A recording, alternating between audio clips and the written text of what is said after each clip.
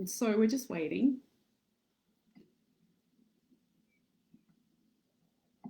Maybe you can tell me when it says that we're live in the group. Okay, yeah. Nothing yet.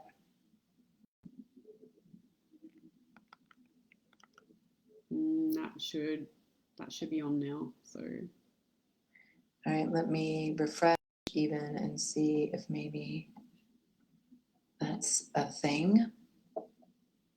So if you guys are jumping on, I can't see. I don't see anybody here yet, but this should be recording. So we're just sorting out our technological issues around this beautiful question. So I don't know if you can see it, Jean, yet, if it's come up. Not yet. Ah, all right. It does say live, which means it's already starting recording. So we'll just, as Spirit's just reminding me before, I grabbed my singing bowl. So I'm just going to give her a little bit of a whirl, make sure that she gives us a little bit of clear space. So if you are tuning in a little bit after this video, I invite you to drop in this space with us and just close your eyes if you wish and be at peace and ease with yourself as you breathe.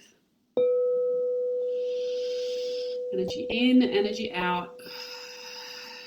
If you like assisting us just to drop into this space, beautiful sisterhood rising. Allowing the conversation between us to flow as arises in this moment, in this time, on this topic.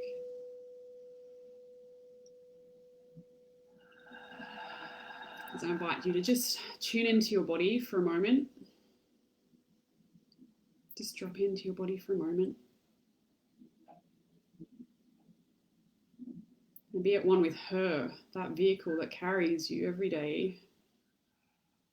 Allowing the breath to fill you up with peace, light, and love.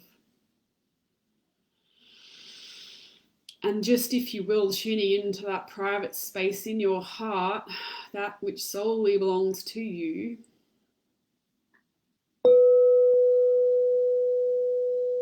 As we invite presence into her heart. To be with us today as we have this beautiful sister conversation between the two of us and the many that choose to witness us in this experience.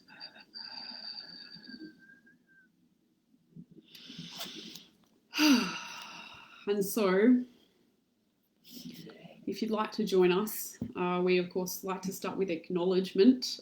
Being sacred sisters as we are here to fill the void. We are here to bring ourselves into the space, the containment constructs of the masculine that have already been provided for us, and to embody her in the space in between. And so we want to start with acknowledgement. It's a really big deal for me to acknowledge others. So let me just say, hi, Jean. Thank you for joining me today. Let me acknowledge you. And I'm going to dive in a little bit more into you and why we're here having this conversation together in a minute. But I also just want to say to sisters, if you're tuning in after the event or you're here and watching, please write a comment and just say hi and let us acknowledge you as a fundamental principle of sisterhood. As I just turn to the land mass here that I'm situated on. Those of you who are familiar with my work, you'll understand that I have a great respect for the land spirit and for the being that is her, the earth mother that we sit on. And here I sit on Indigenous land. I'm here on the land of the Boonwurrung people, and closely aligned with that is the Wurundjeri people, which sit on the other side of the Yarra. And so here in the Mornington Peninsula, I choose to recognise the elders past, present and emerging, the custodians, the original custodians of this land, recognising that sovereignty of this land was never ceded. And so I wish to pay my deeply profound respects to those wisdom keepers here on this earth plane who have brilliant and amazing generational knowledge and wisdom to offer us, who may not currently have the voice or the ability to voice that technology for it to be of service to the greater oneness. And so, of course, this for me is a very personal thing close to my heart, because it's also something that relates to the sacred sisterhood and the way that we see ourselves in this space. So let me now just introduce you guys to Jean. Jean is a friend of mine. I first met Jean when we were in Sacred Sister Soul Circle in 2018, I think it was.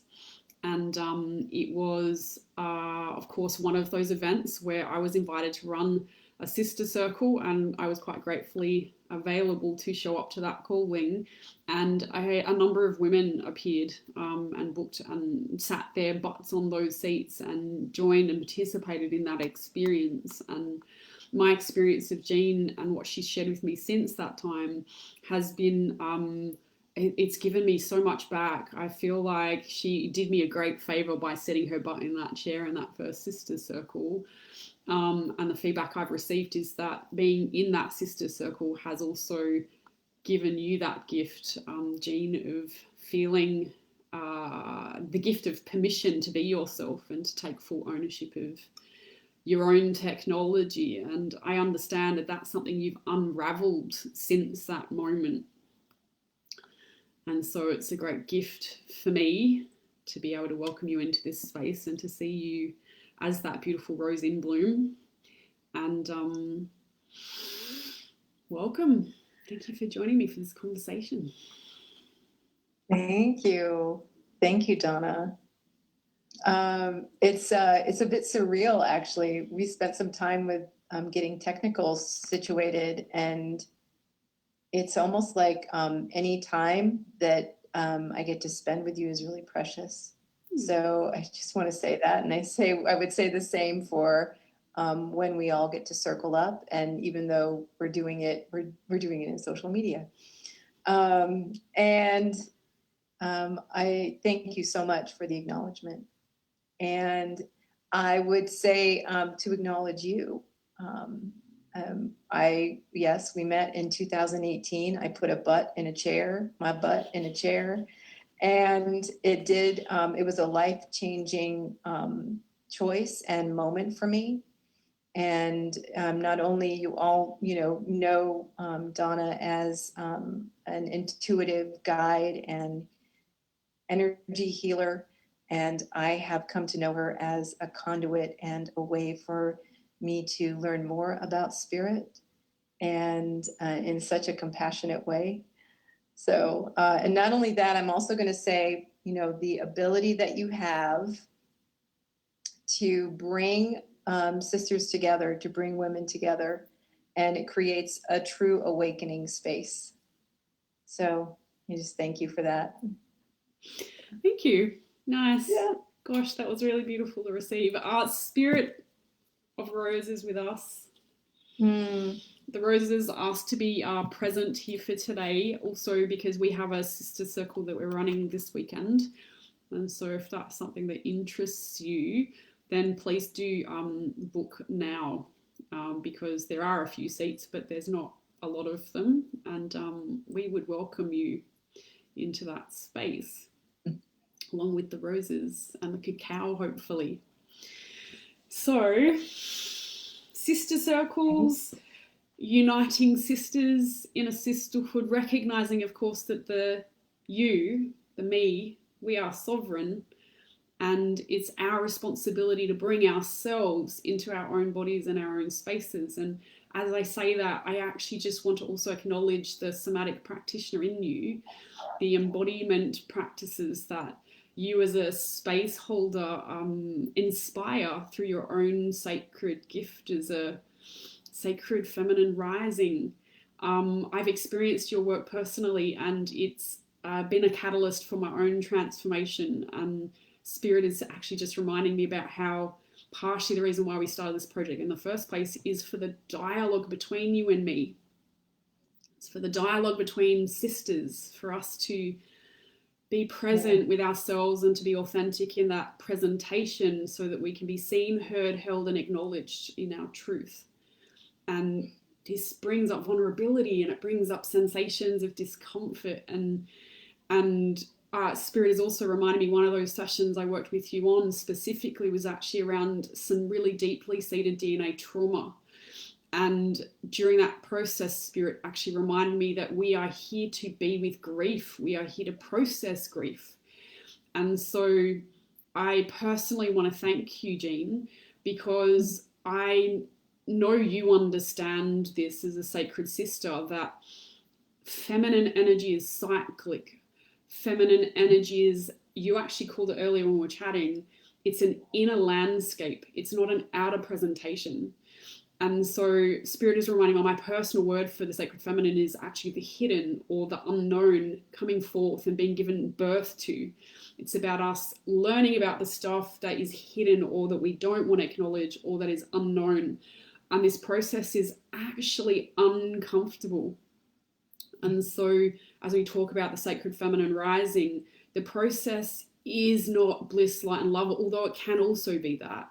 It's cyclic. The flip side of that is actually this despair and grief and frustration. And I feel like there's another topic there that we want to talk about probably another time. And so I'm just going to allow that to be somewhere else, because the juiciness, I actually almost feel Cheryl leaning in. So I can't see any comments, but anyway, I just, for some reason, I just want to acknowledge you, Cheryl, because I also want to congratulate you on being a part of the Sister Circle. And I'm just mentioning that because I know you helped us to get online today for this conversation. So let me also acknowledge that before we move on. So is the new feminine single is our question. And I actually feel like I want to pass that conversation a little bit over to Jean. But before I do that, I actually want to kind of provide a bit of a container. Feminine versus masculine and single.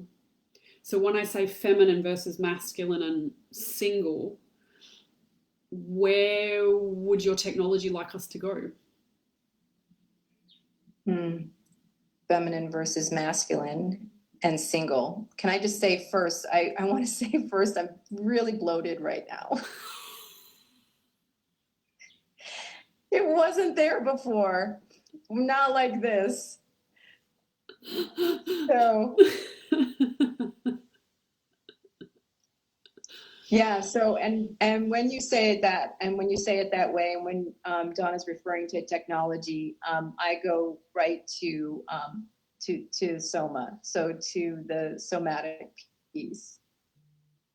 And so there's a lot happening down around the womb right now, and then goes directly also to the heart. So I feel flutterings in my heart.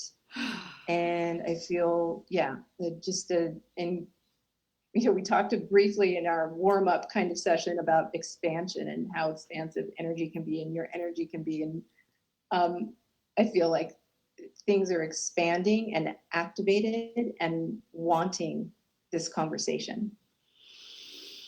So, yeah. And I would say, that's where I would ask anyone who's watching right now or anyone who's witnessing this conversation is to check in exactly what you just said, Donna. Check in with your body when we talk about sacred feminine. And then checking in again with that polarity that shows up of the feminine and the masculine.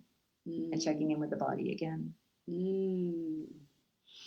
As soon as you start to talk about, like, I get the sense feminine, masculine kind of bloating. I get separation, like is something that drops in. And then I see the single word is separation. So I kind of want to link towards separation, this idea of being disconnected or of not being together, and single and masculine and feminine. And I feel this sense of just expressing the innateness of separation that is inherent in these two concepts. Because I feel like I want to say, if you feel right now that you're feeling separated, alone, disconnected, all of these things, it's by itself actually a commentary on the fact that there are two elements inside of you, your masculine and feminine energy, that maybe aren't together. And so if I'm talking about that, Jean, where do you want to go with that?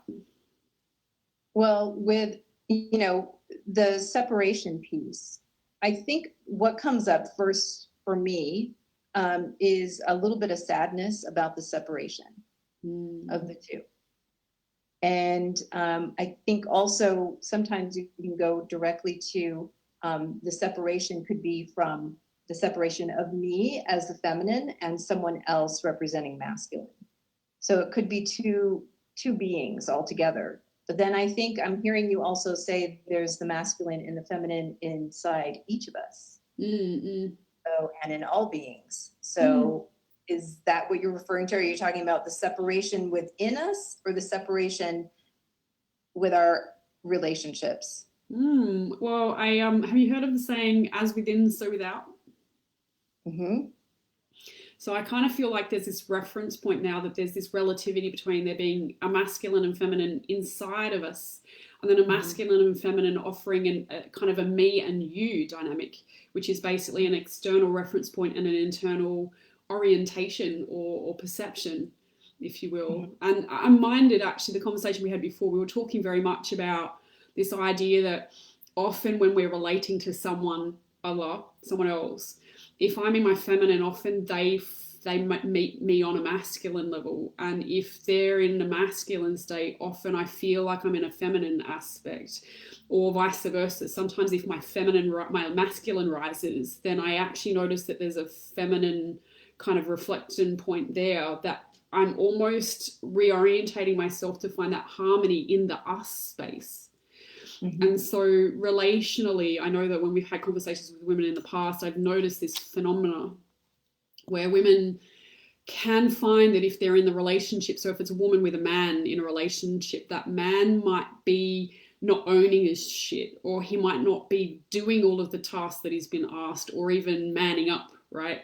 And in that space, we start to feel like, because he's absenting out of his masculine energy, we feel like we have to fill the void with our own masculine sense of presence. And we actually take away his opportunity to step into the masculine. And it becomes a bit of a chicken and egg argument, I find, from an energetic perspective, because inSpirit is reminding me that we always want to, like, self-referencing is actually the only place where power lies. We have no efficacy of controlling and manipulating someone outside of us. That in itself is a masculine concept. So from a feminine presence, if I look in the external world and I don't see any man in my life and I don't see anybody manning up for me, then my internal sense will be to step up in a masculine way and claim that space, which is actually a form of separation. It's a declaration of the I am presence, as opposed to unity consciousness. Yes. And so I feel like I want to give that back to you. Is there anything? Yeah, there's a lot there. And I think the last thing that you just said about unity, I think that's where there's a line, there's also fear there. There's this really tremendous, there's a big fear of real, true, deep, soulful unity. And it's almost like you said, we have to do the manning up ourselves. There has to be that. So filling in that space, but then there's then that unity just is completely annihilated. And the fear comes up in, am I going to lose my power if I allow myself to experience unity? So am I going to lose that connection with the sacred feminine that I just got? I just got her. Don't let a man take her away from me. No. And I think that's the part where the question of this is the new, feminine single is I think it's because, and I just saw this, I'm proposing that it is because we don't want to give up what we just found. I don't want to give up what I just found. And to someone who cannot meet that real sacredness. So I love that. Yeah. I love that epiphany that it dropped in, because behind that, as you say that, I get that sense of all of the fears we experience. It's like, am I supposed to be alone? Is that the only thing that's available to me? And I don't want to jump the gun. I actually have a secret I want to share, but I don't want to jump the gun yet. I feel like it just dropped in for me, but I don't want to push that into the space yet. Maybe we'll save that for the sister circle. No, we'll say it, but not right now. Remind me afterwards to say it, because it's a fairy lineage thing, actually, for those of you who know anything about fairy lineage. So unity, I feel drawn back to the unity perspective. I actually want to kind of ask you, when you tune into the concept of unity, how does that feel for you in the body? What does unity feel like? Well, there it brings up a humming. So there's a voice that goes As in a just showed up hummingbird? just now, humming. A hummingbird. Yes, yes, yes. Could be that hummingbird. Mm. Hmm. You know, there's also what I'm present to also is peace. So there's a humming, there's a and then there's just this peace. And it's also a little bit of wonder, like, oh, is this what unity is like? All this, you know.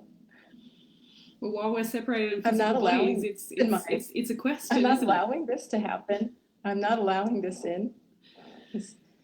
This peaceful humming. Yeah. Yeah. As you say For that, knowing, allowing that connection. in. As you say, allowing that in. Mhm. Sorry, I just cut you off, darling. Didn't mean to do that. Yeah. Okay. As you're saying, allowing it in, I get this sense, like I feel like we're being brought back to this idea of individualness and unity. So internal sense, which is that feminine, and the external world, right? And I get this sense of, you just mentioned this idea of unity, allowing it into you. And I'm being reminded, I was on a call for an authentic relating group thing that I joined, someone else's work, which I love. And a lady on there talked about how she was just waiting for a man to be asking her some questions about her, to show some curiosity about her. And then she had this massive leap where she was like, I just want to be penetrated by a man. Mm-hmm. Which is, of course, the sex act, right? And so she was actually drawing this, so with as within, so without, as without, so within, this conceptuality of, we really are just, some of us are just waiting to be penetrated. We're waiting for someone to show curiosity. We're waiting for someone to kind of penetrate our internal void space. Mm-hmm. And so as I say that, again, I'm kind of brought back to this idea of the rising sacred feminine. Is it okay for us to have to wait for it?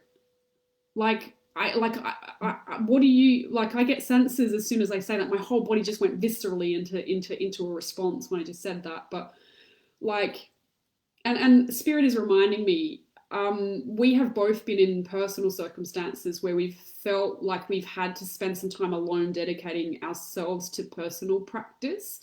And during that period of time, you do feel a sense of, I'm just waiting for someone. Mm-hmm. And that sense of waiting for someone to kind of penetrate me, to come in and show curiosity, and I'm just sitting here waiting. What do we do then there? What do we do while we're waiting? So I'm gonna say what's coming up with the waiting. And was it a contraction viscerally, or was it? Yeah, the waiting was an abandonment feeling, actually. It was the world is not seeing me. The world is not holding me. The world is not acknowledging. Like, that's what I actually felt this sense of. As soon as I mentioned that, I was like, I feel like that little girl who's just waiting for attention from her dad because her dad's too busy. I'm gonna frame it a little different. So I'm gonna frame the waiting, because this has been my recent experience as well, as I've been doing my own massage, womb massage, and exploring there, and doing my own practices, and connecting and getting to know her, getting to know me. I stopped waiting at some point and started being, okay, there's that action, right? So, but it's still feminine, calling in. And I know we've all heard different versions of calling in, right? Mm-hmm. Manifestation. But I would, and to me, that feels better rather than waiting. And it doesn't mean that calling in is like, you're at the top of the mountain, hey, I'm calling you in. It doesn't have to mean, some kind of real like action. So I think waiting is like,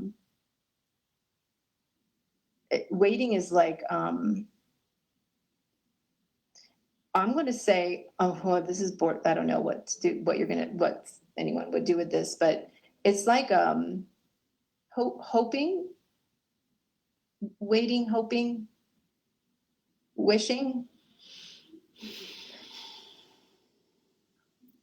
I don't know what any of those just did, but waiting, hoping, or wishing, and they almost have qualities of a young girl, or a young part of ourselves. Waiting, hoping, wishing, while I'm in the tower. I don't know, but so which is distinct from calling in, which is distinct from, I'm going to continue to get to know myself. And like you're saying, your innermost self, the inner sacred feminine, and even get to know my inner sacred feminine and masculine a little bit, and explore there as a way of calling in.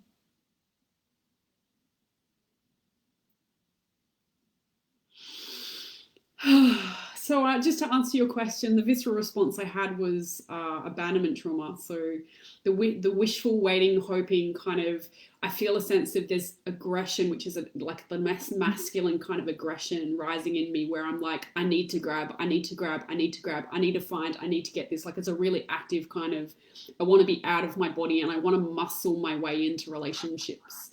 And it feels so contrary to my intrinsic core.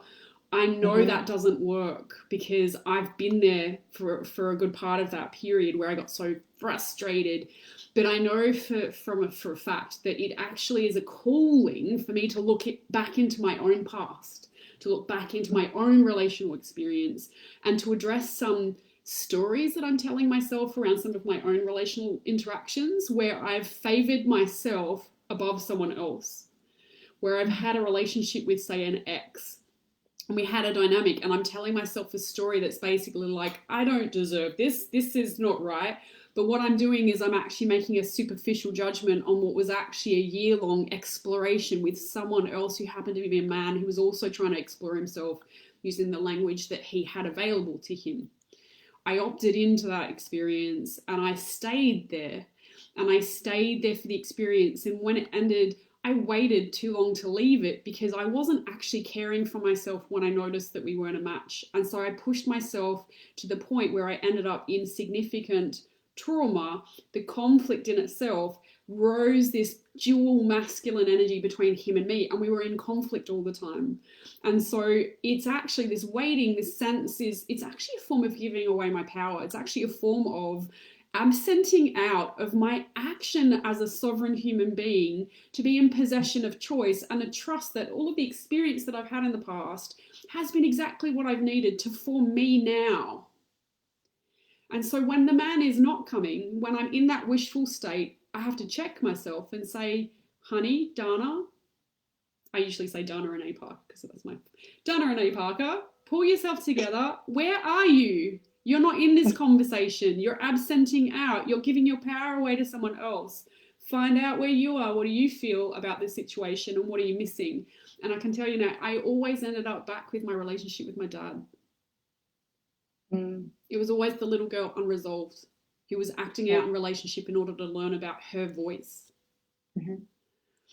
And so I feel like we want to kind of wrap this up slowly. This is a conversation I think we could probably have for days, and maybe we might have a part 2 and a part 3 about it. But what I do want to say is, the thing I was going to say, I'm going to do a different Facebook Live on, firstly. Okay, on the fairy lineage? Yeah, the fairy lineage thing, I think I need to do that separately. I actually think we've already had a conversation on it, so I don't think that you and I have to have a public conversation about that again, because I know you're already across it, but I feel like it's a longer conversation. What I want to actually ask you is, the calling in experience, where did it land for you? Like, it yielded. It manifested. You don't need to go into the details. You really I don't. won't. Yep. But I won't, because it's actually, I can say this, and I say this for the first time ever, and I think that's something that I know this is different. What I've called in is that I say things I've never ever said before.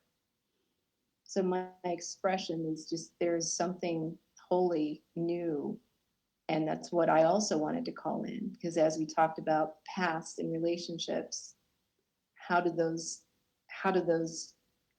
relate to or communicate to now and then the future?